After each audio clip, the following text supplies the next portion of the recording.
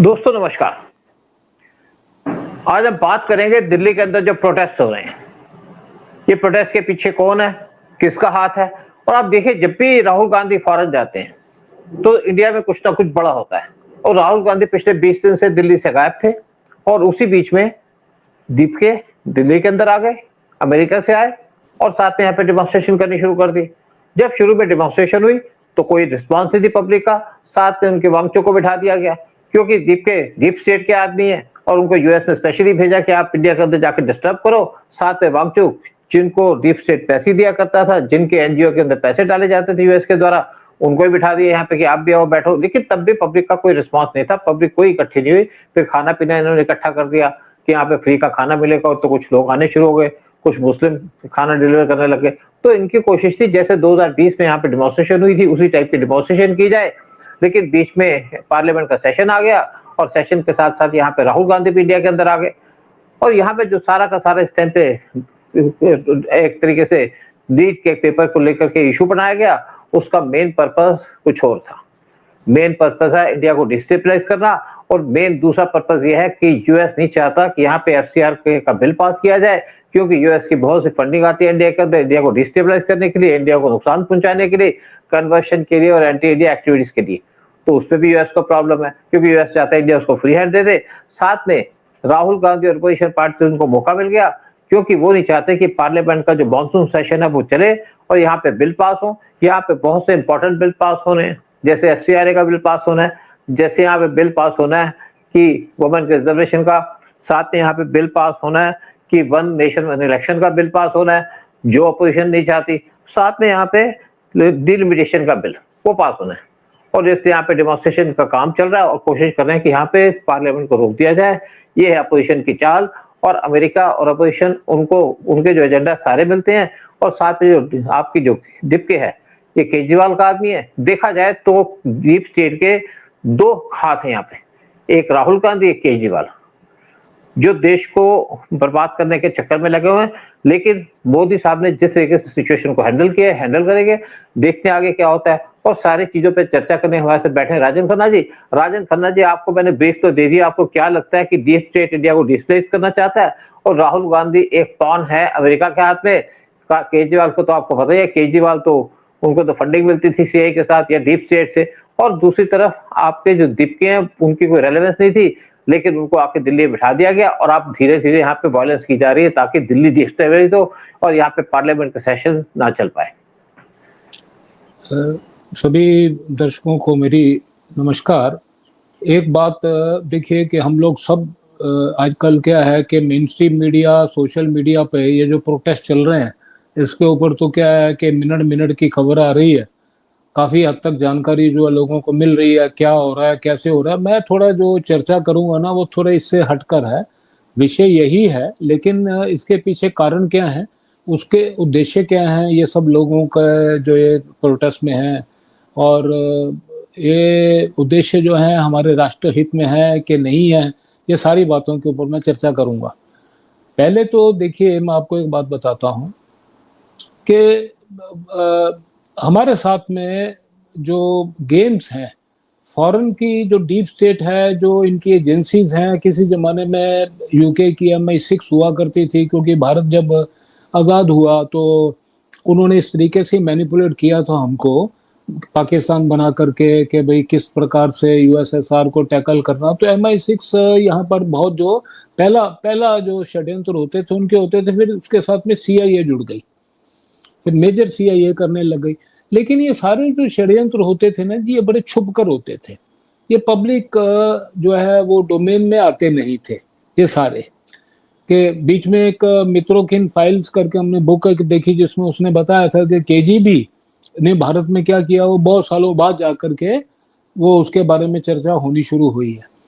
आज एक बात समझिए, मैं सभी दर्शकों को कहूँगा इसके ऊपर जरूर ध्यान दें कि आज इन्होंने जो इनकी तलवारें हैं ना वो म्यान से निकाली हैं, इन्होंने छुपाई नहीं है। आज जो ये कर रहे हैं खुलेआम कर रहे हैं। खुलेआम करने का मतलब मेरा यह है कि बड़ी ये जिसको कहते हैं कि डिफाइंस के साथ में कर रहे हैं, बहुत ऑडेसिटी के साथ में कर रहे हैं, बहुत डेयरिंग के साथ में कर रहे हैं।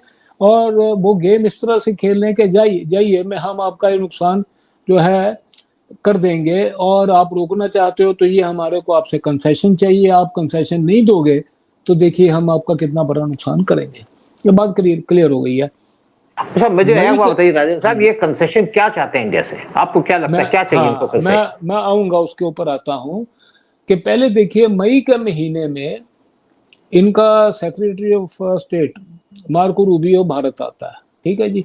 अब तो ये तय परंपरा है, ये प्रोटोकॉल होता है इन लोगों का कि जो आता है, क्योंकि हमारा जो सरकार है, हमारा साउथ ब्लॉक है, जो हमारा नॉर्थ ब्लॉक, जितने भी जिन्होंने विदेश नीति के साथ में जिन्होंने, वो दिल्ली में है, तो दिल्ली आना चाहिए था उसको, दिल्ली नहीं आया।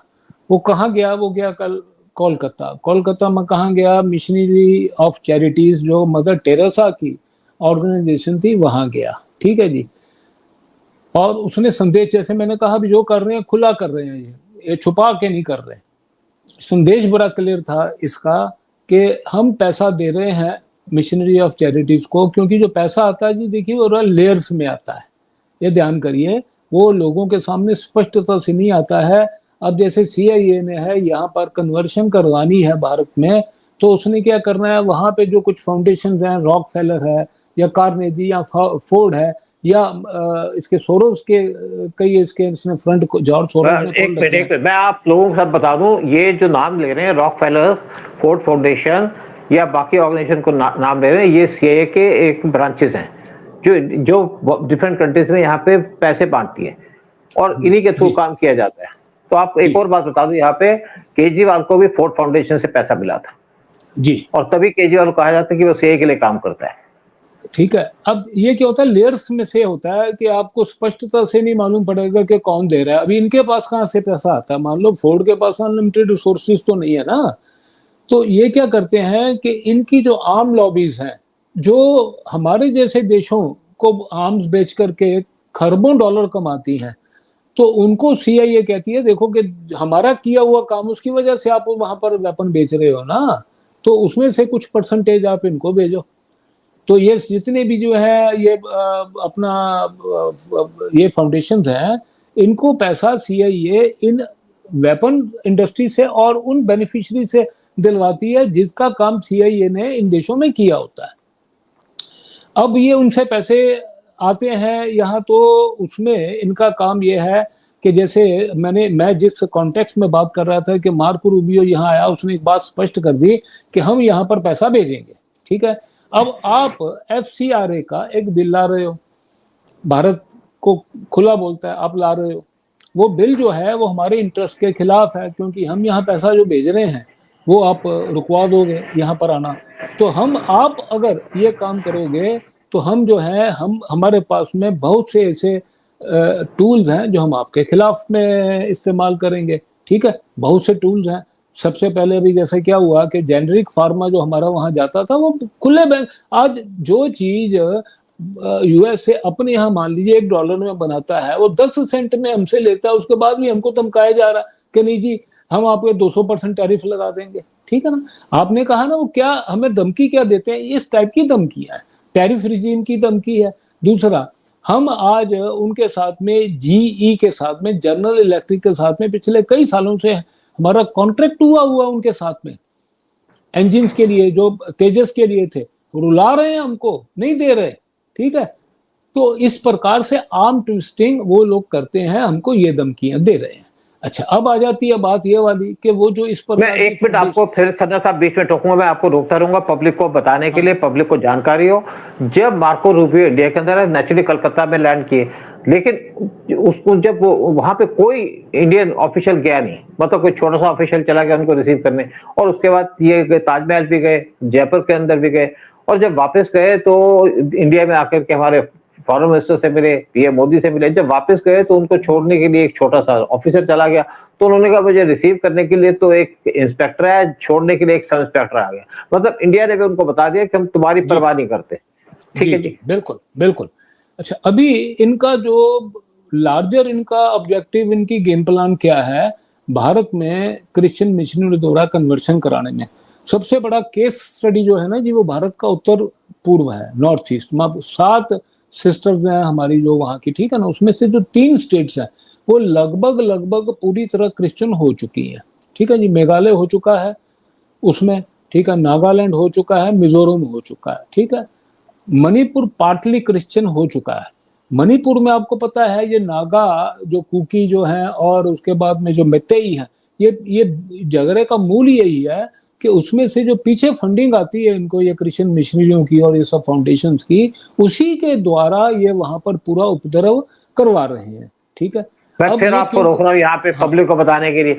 देखिए जो मेतीस है वो हिंदूज हैं, उनकी पॉपुलेशन 52% है, और कुकीज जो है उनकी पॉपुलेशन कम है, कुछ और भी वहां पे मतलब लोकल से वहां पे, और कुकीज है क्रिश्चियन जिनको सीएए हेल्प करता है, जिनको अमेरिका हेल्प करता है। दूसरी एक और बात आपको बता दूं कि जब इंडिया इंडिपेंडेंट हुआ तो सीआईए नॉर्थ ईस्ट को पूरा कन्वर्ट कर रहा था, यानी कि इसको तब कहा जाता था नेपाल अरुणाचल प्रदेश को भी, वहां पे भी कन्वर्शन का काम किया जाता था।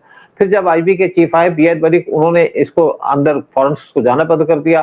तो मैं आपको इसलिए बता रहा हूँ कि जो खन्ना साहब बात करें उसको थोड़ा सा और ब्रॉडर वे में, ताकि आपको जी। चीजों की क्लैरिटी हो।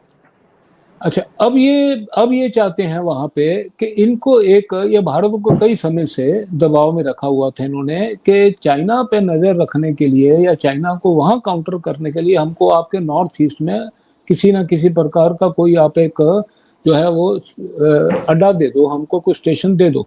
जो हमने, हमारी पॉलिसी रही है अब कई सालों से कि हम 1 इंच भी फॉरेन पावर को, हमारा इतना अच्छा रिलेशन रशिया के साथ रहा, हमने कभी उनको इस प्रकार की कंसेशन नहीं दी है। ठीक है, तो इनको भी हमने नहीं दी। इन्होंने बांग्लादेश पे बड़ा ट्राई किया कि भाई आप हमें यहाँ पर चीन के ऊपर रखनी है, तो वो बांग्लादेश में हसीना ने नहीं बात मानी, और ना मानने के पीछे भी देखिए, मैं आपको एक बात स्पष्ट करूँ, ये वाली वो मान जाती बेचारी, उसने मान जाना था। कमजोर देश है, कमजोर शासन था, भारत ने उसकी पीठ पे हाथ रखा हुआ था उस समय के बाद, बिल्कुल मत मानना, ये वाली मान जाओगी तो तुम्हारी सॉवरेनिटी भी जाएगी। और हमें भी उस बात का खतरा है, भारत के नजदीक में भी अगर ये आ गए ना आकर के यूएसए वाले, तो हमारी भी जो सुरक्षा के ऊपर बहुत बड़ा एक प्रश्न चिन्ह लगता है। तो उसने नहीं माना, नहीं, और उसका खमियाजा उस बेचारी को भुगतना पड़ा कि वहां से उसको अपने देश से, जिस देश को देखिए, ये आज जो बांग्लादेश है, बांग्लादेश का अस्तित्व कहां से आया? वो तो इस परिवार के खून से सींचा गया था। मुजीबुर रहमान ने अपना खून, अपने परिवार का खून दिया तो ये बांग्लादेश बना था। नहीं तो आज भी वो जो जनरल टिक्का खान ने एक बार कहा था ना जी 1971 में कि हम इनकी रेस बदल देंगे, आज भी वेस्ट पाकिस्तानी इनकी रेस बदलते होते, आज भी इनकी औरतें उठा उठा करके बलात्कार का शिकार बनती, आज भी इनकी औरतों को इजाजत ना होती कि लंबे बाल तुम अपने रखो, ताकि अगर लंबे बाल, इनको पता क्यों रखने नहीं दिए जाते थे पाकिस्तान जब यहाँ पर काबिज था, कि अगर बाल लंबे होंगे तो कल को हमारे बलात्कारों से बचने के लिए अपने गले बालों से ना गोट लें।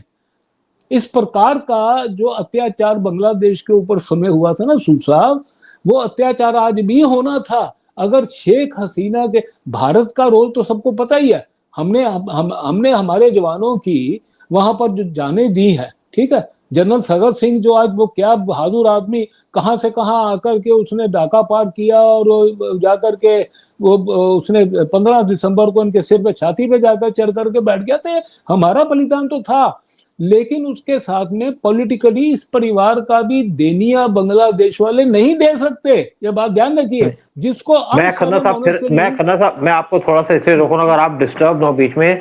खन्ना साहब जो बांग्लादेश की बात कर रहे थे, यानी कि अमेरिका उनका सेंट मार्टिन आइलैंड को लेना चाहता था जी, जो इंडिया नहीं चाहता था कि इनके पास जाए, क्योंकि इंडिया नहीं चाहता कि हमारे इंडियन ओशन में किसी की भी बेस हो या कोई भी यहाँ पे बेस बनाए। इवन जब श्रीलंका के अंदर वो अपनी बेस बनाना चाहता था अमेरिका तो इंदिरा गांधी ने उनको परमिट नहीं किया और वहां पे एलटीडी खड़ी कर दी थी।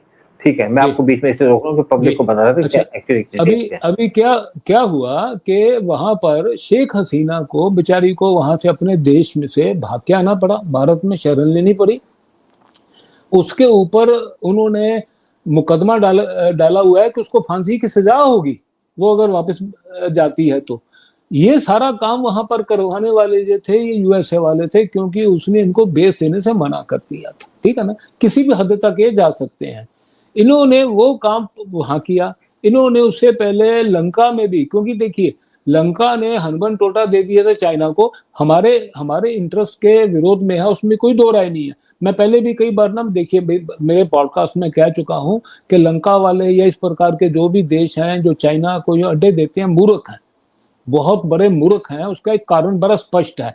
कल को हनबन टोटा से कोई मिसाइल या कोई चीज चाइना भारत में कहीं छोड़ देता है, ठीक है, तो हम तो रिटेलिएट करेंगे। हम कहाँ रिटेलिएट करेंगे? जहां प्लेस ऑफ ओरिजिन है।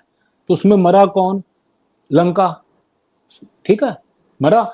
ये इन मूर्खों को ये समझना चाहिए कि आप कुछ चंद डॉलर्स के चक्कर में अपने देश की सॉवरेनिटी बेच देते हो इनको, ठीक है। उन्होंने पहले हनबन टोटा उनको दे दिया चाइना को, उसके एवज में सामने जब यूएस आया उसने कहा ठीक है इनको यहाँ से निकालना है, तो उसने वहां पर वही काम किया जो आज जंतर मंतर में यहाँ पर स्टूडेंट्स को ला करके कर रहा है। वहां पर सो कॉल्ड जेन जी को ये सड़कों पर ले आए, उनके पूरे रिजीम को जो है वहां से बर्खास्त करवा दिया, ठीक है। ये लंका में किया, बांग्लादेश में किया, फिर उन्होंने नेपाल में किया, नेपाल में भी ला करके अपना लड़का वहां पर बैठा दिया है। अब ये जो सारी बात मैंने कही ये बैकग्राउंड थी उस चीज की जो आज वहां पर भारत में जंतर मंतर में हो रहा है। इन्होंने वैसा ही काम कुछ भारत में भी करने का निश्चय किया है। इनकी टूल किट रेडी थी, इनकी टूल किट यूएसए में रेडी थी। इन्होंने अभिजीत दीपके को और इस प्रकार की पूरी जो सिस्टम है उसको रेडी किया हुआ था। अरविंद केजरीवाल पहले से इनका डीप स्टेट का आदमी है, उसकी पॉलिटिकल पूरी जो सिस्टम था इन्होंने बनाया था। इनके पास में योगेंद्र यादव जैसे, आप सोचिए एक बात देखिए, कितने बड़े, क्यों जनता इनको मुंह काला क्यों नहीं करती इन लोगों का, क्यों नहीं करती? इनको पकड़ करके योगेंद्र यादव जैसे लोगों को पकड़ करके, वो तो मुसलमान है, वो तो उसका नाम तो सलीम है एक्चुअली। नहीं, मैं बड़ी लॉजिकल बात कर रहा हूँ सू साहब। इसका मुंह काला करके इसको गधे पे बिठा के, मैं खुला आज पब्लिक डोमेन में बोलना, ऐसे आदमियों को गधे पे बिठाकर घुमाना चाहिए। क्यों? ही वाज ए सिफोलॉजिस्ट, बात ध्यान करना, ही वाज ए सिफोलॉजिस्ट जो इलेक्शंस के ऊपर जो उसके आंकड़े हैं उसके ऊपर 25 साल चर्चा करता रहा, डेमोक्रेसी की बात करता रहा, ठीक है। आज ये क्या कहता है? 2 दिन पहले इसने भाषण दिया, कहते हैं नहीं हम सरकार जो है डेमोक्रेटिक रास्ते से नहीं बदलेंगे, सरकार सड़क से बदलेगी। तुम क्लियर अनार्किस्ट है, ठीक है। आज अनार्किस्ट दुनिया में किसी डेमोक्रेटिक कंट्री में जाए, उधर कोई अनार्किस्ट होगा उसको सर वहां पर पकड़ करके जेल में डाल देंगे, उसके ऊपर एक्शन क्यों नहीं हो रहा? मुझे समझ नहीं आ रही, ठीक है। इस प्रकार के बंदे यूएसए की टूल किट में थे, इन्होंने पूरी टूल किट बना रखी थी। अब हुआ क्या, मौका मिल गया इनको। हमारे ऑनरेबल चीफ जस्टिस ने एक ऐसे ही को बात की, उन्होंने कोई डेरोगेटरी बात नहीं की थी, और कुछ उन्होंने कॉकरोच की बात की। इन्होंने उस बात को आउट ऑफ कंटेक्स्ट घुमा करके, सिलेक्टिव रेफरेंस लेकर के इन्होंने तुरंत उधर से इसका अभिजीत दीपके का बयान आ जाता है, रातों रात ये कॉकरोच जनता पार्टी बना देते हैं। रातों रात कॉकरोच जनता पार्टी के जो है वो जो सोशल मीडिया पेजेस हैं वहां पर लाखों फॉलोवर हो जाते हैं। ये क्या, ये कोई वो थोड़ा मिरेकल इवेंट थोड़े है कि ऐसा घुमा दिया रातों रात ये सब हो गया। ये सारी टूल किट सर पहले रेडी थी, सब रेडी था। उनको खाली जो कॉकरोच का नाम मिल गया ना, एक मौका मिल गया, उसके बाद में उसको भारत भेज दिया गया। केजरीवाल पहले से रेडी था, ठीक है। और उसके बाद में सबसे बड़ा एक प्रश्न चिन्ह लगाता हूं जी हमारी इन अपोजिशन पार्टीज को।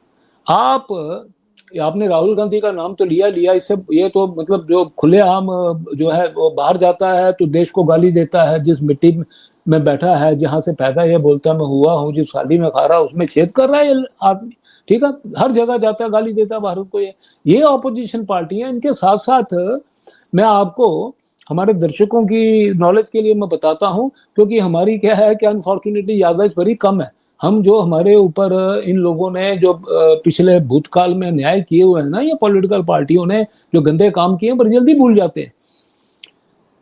आज अखिलेश यादव और उसकी पत्नी, ठीक है जी, ये घूम रहे हैं और हमारे मीडिया वाले भी कैमरा लेकर उनके सिर पे चढ़ के बैठे हैं कि देखो जी अखिलेश क्या बोल रहे हैं, अरे हमारे छात्रों का भविष्य दांव पे लगा है, शिक्षा का भविष्य दांव पे लगा है, पेपर लीक हो रहे हैं।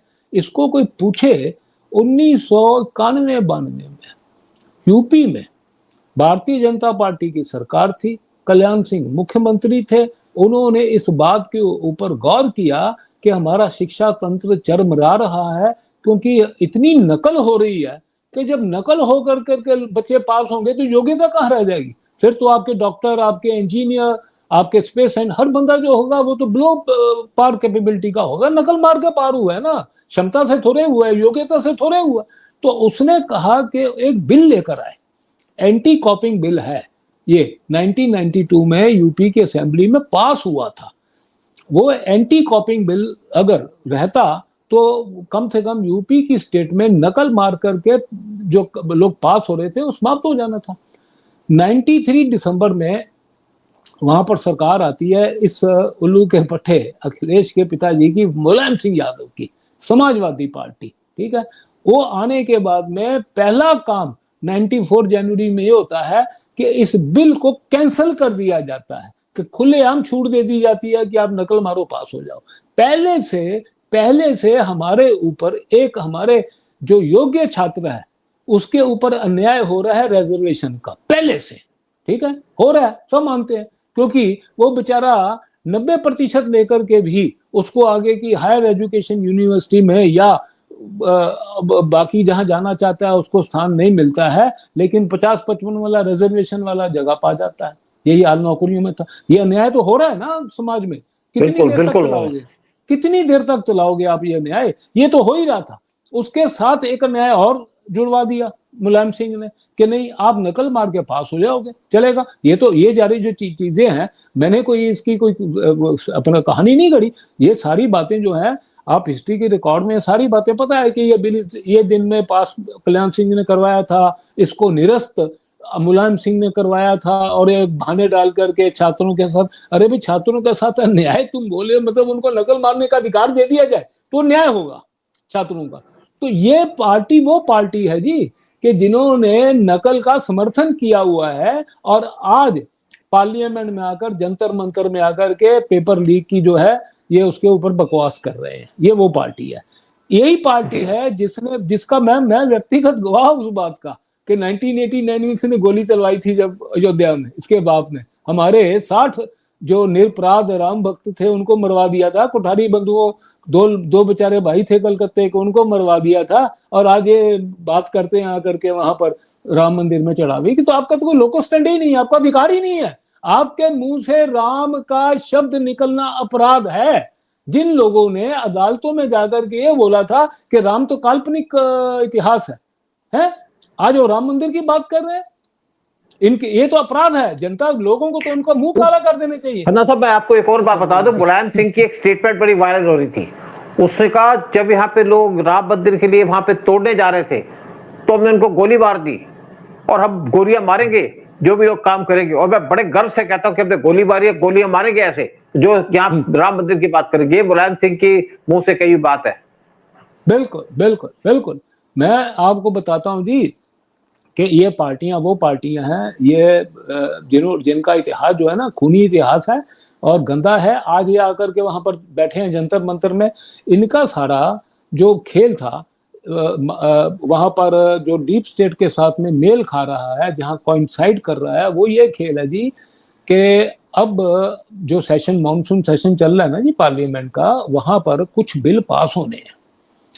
FCRA आपने बताया ही है, वो बिल पास होना है। FCRA का बिल पास हो गया तो जितने भी विदेशी बदमाश यहाँ पर पैसा बेच करके भारत विरोधी काम करवाते हैं वो बंद हो जाना, ठीक है। तो FCRA के बिल का ये विरोध कर रहे हैं। ये सबसे ज्यादा विरोध किस बिल का इनके मन में है मैं आपको बताता हूँ, वो है वन नेशन वन इलेक्शन का। उसका एक कारण है, इन सभी पॉलिटिकल पार्टियों के लिए जो इलेक्शन है ना वो इनके जीवन यापन का साधन है। ये समाज सेवा का साधन नहीं है कि भाई हम एक बार चुन के आएंगे और हमने राष्ट्र निर्माण का काम करना है या समाज सेवा करनी है। ये इनका यहाँ पर पैसा बनाने का साधन है।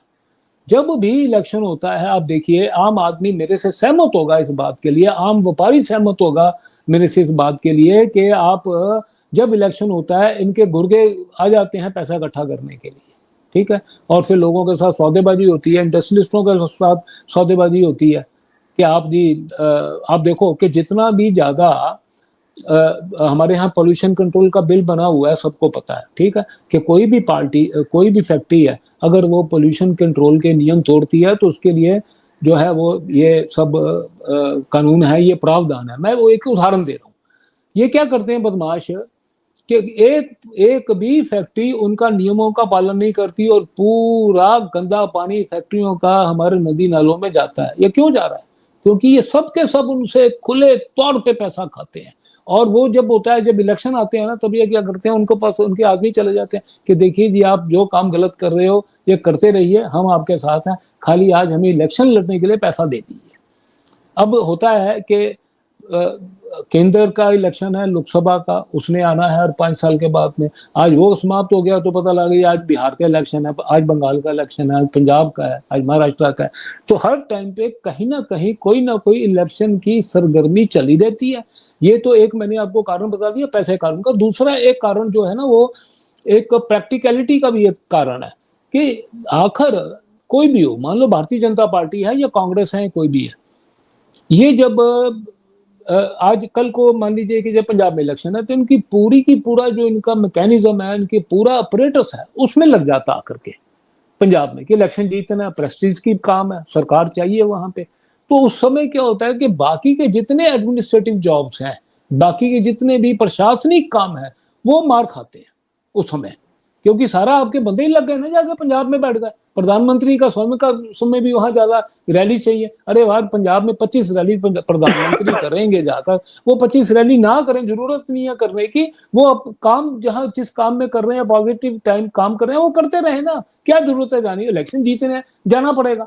अगर वन नेशन वन इलेक्शन हो जाता है ना जी, सारी प्रोविंसेस का और सेंटर का इलेक्शन अगर साथ में होता है, तो देश का बहुत पैसा बचेगा, देश का बहुत समय बचेगा, इन लोगों को करप्शन करने का चांस कम मिलेगा, और जो क्वालिटी टाइम हमारे पॉलिटिशियन बचाएंगे वो शायद किसी कंस्ट्रक्टिव काम में लगा सके। तो ये वन नेशन वन इलेक्शन का, क्योंकि क्या होता है ना, आम जनता समझ नहीं पाती, कहते क्या फर्क पड़ता है जी आज।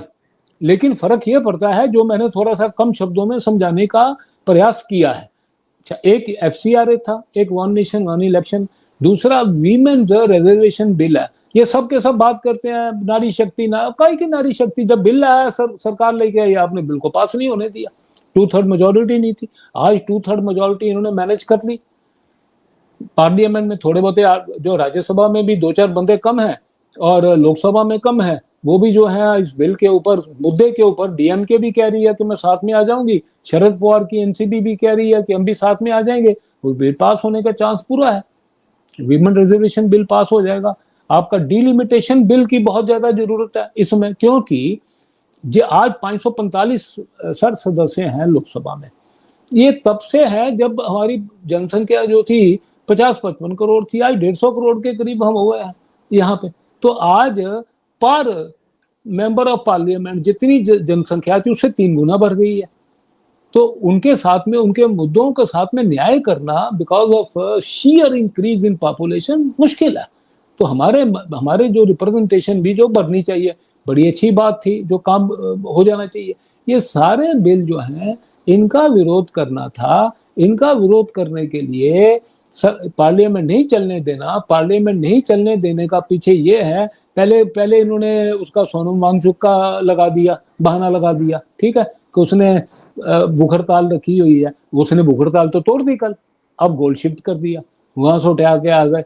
पहले से बोले थे। अरे मुझे बात बताइए, धर्मेंद्र प्रधान की ये बात कर रहे हैं इस्तीफे की, इनका 1947 से लेकर के पहले 1977 तक कंटिन्यूस कांग्रेस की सरकार रही, ठीक है जी। उसके बाद 1980 लेकर के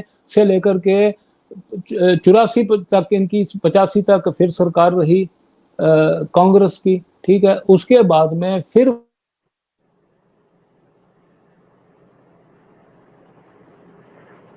नरसिम्हा राव की,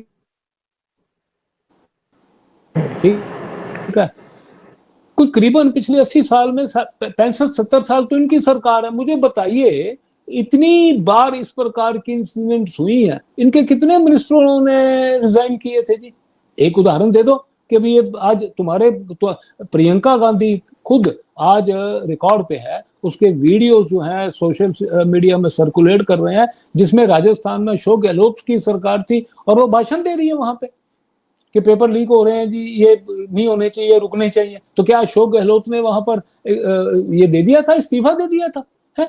आज आप धर्मेंद्र प्रधान का आप इस्तीफा इसलिए मांग रहे हो, उसमें ये नीट का एग्जाम का कोई सवाल नहीं है। उसमें सवाल है सबसे ज्यादा कि धर्मेंद्र प्रधान के कार्यकाल में मुगल हीरो जो थे ना, वो विलन बन गए हैं आपके एनसीईआरटी के सिलेबस में, समझे? शिवाजी हीरो बन गए हैं, उसमें राणा प्रताप हीरो बन के आ रहे हैं, उसमें छत्रसाल जैसे हमारे जो लोग थे वो हीरो बन के आ रहे हैं।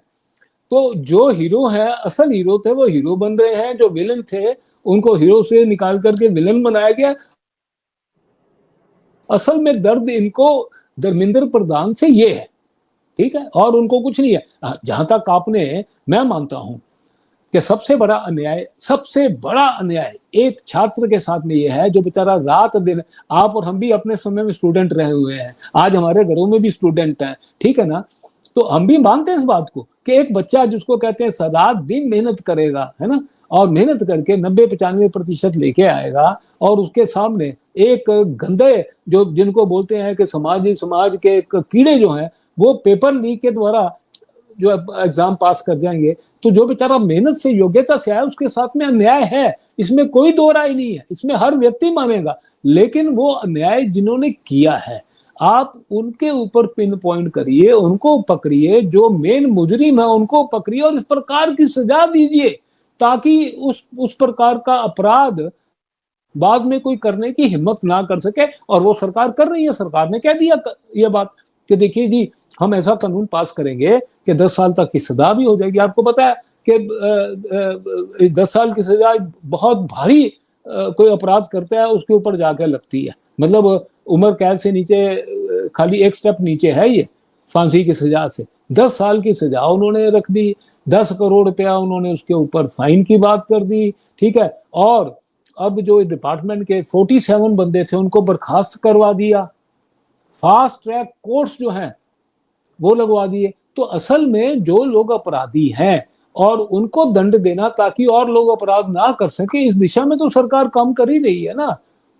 अगर अपोजिशन पार्टी बात करती है केवल धर्मेंद्र प्रधान की, तो उनका एजेंडा बड़ा स्पष्ट है कि आप पहले तो मैं सरकार की इसमें बहुत बड़ी एक कमी भी मानता हूं कि इन्होंने पूरी तरह से, इनका पीआरओ ने और इनके आईटी सेल ने काम नहीं किया। इन लोगों तक के जो एजेंडा था देश विरोधी लोगों का, ये लाए भी नहीं, ये उलझे रह गए जंतर मंतर में, ये सब चीजों में। बहुत बड़ा आज मैंने पता किया कि आंसू गैस छोड़ने तक दिल्ली पुलिस के पास पैलेट गन्स नहीं है।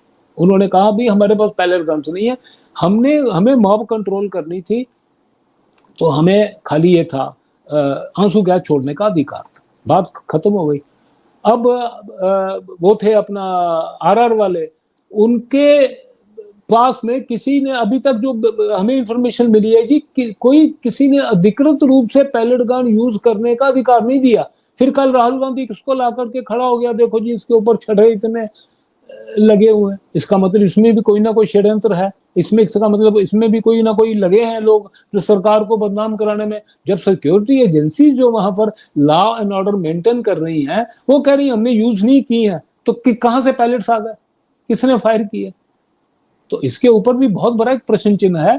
मैं ऐसा मानता हूं कि लोगों को सही का सही, गलत का गलत होना चाहिए। छात्र जो हैं ये देश का भविष्य है, हम सबके घरों में छात्र हैं, हम सबके घरों में यंगस्टर्स हैं, लेकिन उनका भविष्य सुरक्षित रहे, हम उसके ऊपर ध्यान दें, ना कि जो डीप स्टेट हमसे करवाना चाहता है वो काम करें, है ना कि ये जो बदमाश लोग हैं ये बात तो करते हैं लाल टोपी पहन करके समाजवाद की, घर मेंशन देखने जाओ आप हैरान हो जाओगे इनके, ठीक है ना। किस चीज का समाजवाद है? आप चलो ना, साइकिल के ऊपर चलो, स्कूटर के ऊपर चलो, काम करो। जाने आने के लिए तो आपको 2-2 करोड़ की गाड़ियां चाहिए, है ना। बिजनेस क्लास में आप सफर करते हो, है, बात समाजवाद की करते हो, पैसा लोगों का खाते हो। तो लोग इनका जो जिस प्रकार से इन्होंने लोगों को मिसगाइड करने का काम किया हुआ है ना, उसमें ना आए। जो सही जेन्युइन इशू है उसके ऊपर अपन ध्यान दें और उसका मिलकर के देश को हमने आगे लेकर जाना है, उसके ऊपर ध्यान दें। बिल्कुल। ठीक है खन्ना साहब, आपने बहुत सी बातें क्लियर कर दी, लोगों के डाउट क्लियर कर दिए, धर्मेंद्र प्रधान पे क्यों टारगेट करें ये भी कह दिया, और दूसरी बात है आपने अखिलेश यादव को एक्सपोज किया। और एक्चुअली बात है जो आज झुग्गी में रहा करते थे आज मेंशंस में रहते हैं। और ये भी कहा था जब यहाँ पे यूपी में इलेक्शन हो रहे थे तो योगी ने कहा था कि अगर यहाँ पे लाल बत्ती गवर्नमेंट चाहते हो कि हर एक गाड़ी के ऊपर लाल बत्ती लगी हो तो अखिलेश को वोट दे दो, अगर आप चाहते हो यहाँ पे लॉ एंड ऑर्डर हो, प्रोग्रेस हो और यहाँ पे गुंडा राज खत्म हो तो हमें वोट दे दो, तो लोगों ने योगी को वोट दे दिया। और इसी तरीके से जो आज राहुल गांधी का जो एजेंडा है यानी कि डीप स्टेट का एजेंडा है, झूठ बोलने की उन्होंने कसम खा रखी है कि मैं झूठ बोलूंगा। और प्रियंका गांधी भी जिस तरीके से बात करती है, मतलब आपको नीट के पेपर से प्रॉब्लम है, आपकी स्टेट में यहाँ पे पेपर लीक हो जाए तो आपको कुछ कर नहीं सकते, हम क्या कर सकते हैं, नहीं होना चाहिए ये बातें करते हैं। लेकिन आज जिस तरीके से पीएम मोदी ने एक्शन लिया है यानी कि जो आदमी भी इन्वॉल्व होगा उसके ऊपर 10 करोड़ का फाइन लगा दिया जाएगा, साथ में उसको 10 साल की सजा होगी, और साथ में ये भी कह दिया फास्ट ट्रैक कोर्ट खोले जाएंगे ताकि इसका डिसीजन जल्दी हो और 10-20 साल तक केस ना लटके। तो पूरे के पूरे तरीके से कोशिश करें कि यहाँ पे नीट की जैसी कोई भी फ्यूचर के अंदर इंसिडेंट ना हो और लोगों के अंदर डर की बैठा रहे। लेकिन साथ में एक और बात है कि यहाँ पे जो डेमोन्स्ट्रेशन हो रही है इसमें डीप स्टेट पूरी तरह से इन्वॉल्व है, यानी कि अमेरिका चाहता है कि इंडिया डिस्टेबलाइज है, इंडिया कमजोर है, इसी पे काम कर रहे हैं। जो हमारे गुंडे बैठे हैं जो स्पेशली डीप स्टेट के एजेंट्स हैं, केजरीवाल जैसे, राहुल गांधी जैसे, खुलेआम घूम रहे हैं और घूमते रहेंगे क्योंकि यहाँ पे डेमोक्रेसी है। प्रोग्राम यही खत्म करते हैं और आपसे रिक्वेस्ट करते हैं चैनल को सब्सक्राइब कीजिएगा, वीडियो को शेयर कीजिए और अपने व्यूज भी दीजिएगा। जय हिंद, जय भारत। जय हिंद, जय भारत।